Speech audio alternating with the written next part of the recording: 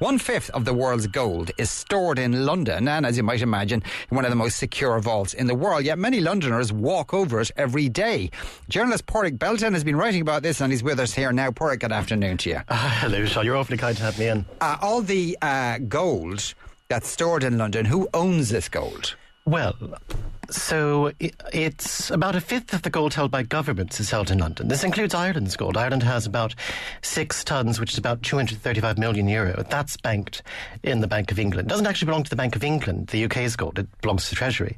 And then you've got about 30 countries keeping all their gold vaulted in London. Some others keep theirs vaulted in the Fed, in New York's Federal Reserve Bank in Manhattan.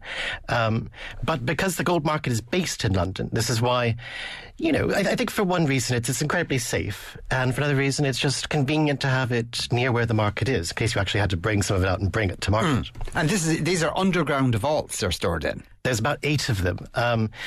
In the Bank of England itself. And, to ours it sounds wonderfully Tudor. You think of Henry VIII keeping his gold in a big vault with a 3-foot large key.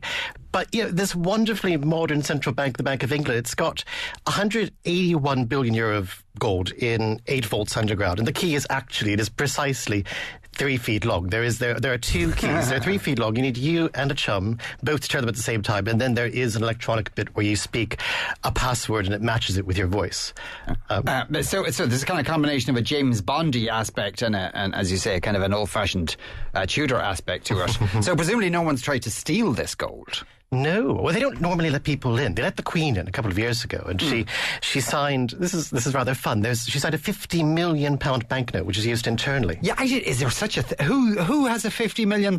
It really is just to settle up at the end of the night and make sure there's enough liquidity in the system. Right. Okay. So she signs that, and then they put it next to one she signed as Princess Elizabeth at the age of 12, and and she's kind of made a joke and said, "Well, my handwriting hasn't improved, in all these years."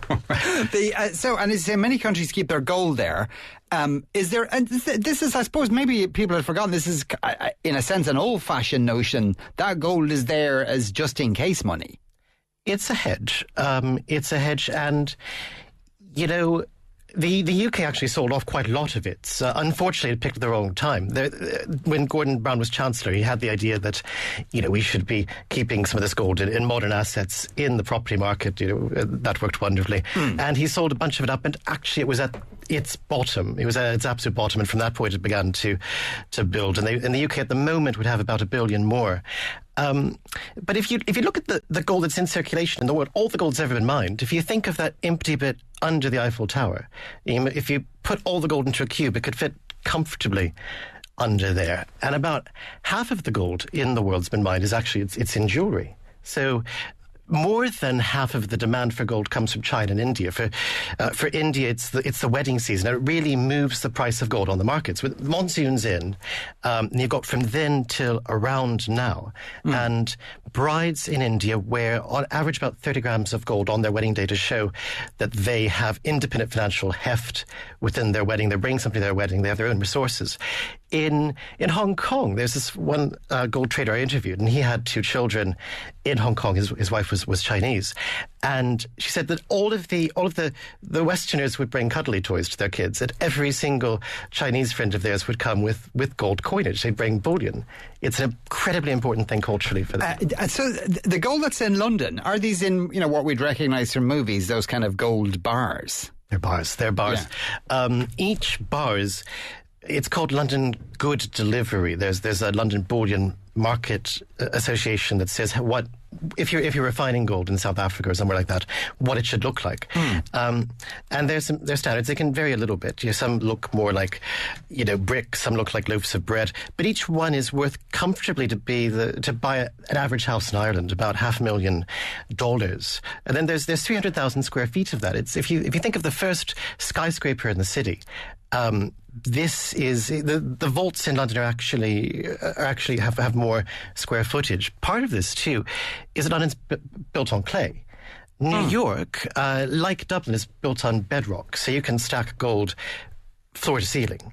But in London, because it's clay underneath, there are points in the city where you can put a skyscraper, but you can't put a gold vault because all of the weight, and this is incredibly heavy stuff, it goes straight down. My God! All right, so. because of that, are those vaults full? Might they have to build more vaults? Are they even going to tell us? There's some spare. It's moved around a bit. So there are 8 or 9 that are in use at the moment. But there's just ordinary housekeeping stuff. They're cleaned from time to time. They were empty. They were empty from the beginning of the Second World War. Churchill, this incredibly secret operation, had all of Britain's gold shipped off to Halifax in Canada. Didn't tell anyone. It was officially, the ship's manifest said fish. But that was all of Britain's gold in case the Germans won, and so the fight could continue from Canada and the rest of the empire. How do they move gold? It tends mostly to be shipped in cargo, shipped ordinary cargo holds in passenger aircraft. So if you look, the head of the London Bullion Market Association was saying to me the other day that, if you look in these vaults, the cargo vaults in passenger aircraft, you tend to find flowers, dead bodies, and gold. And then there are a couple of vaults near Heathrow Airport where companies like Brinks will offload it and keep it there, and then it's brought to one of the bigger vaults. Most of it in the Bank of England's ones in Threadneedle Street.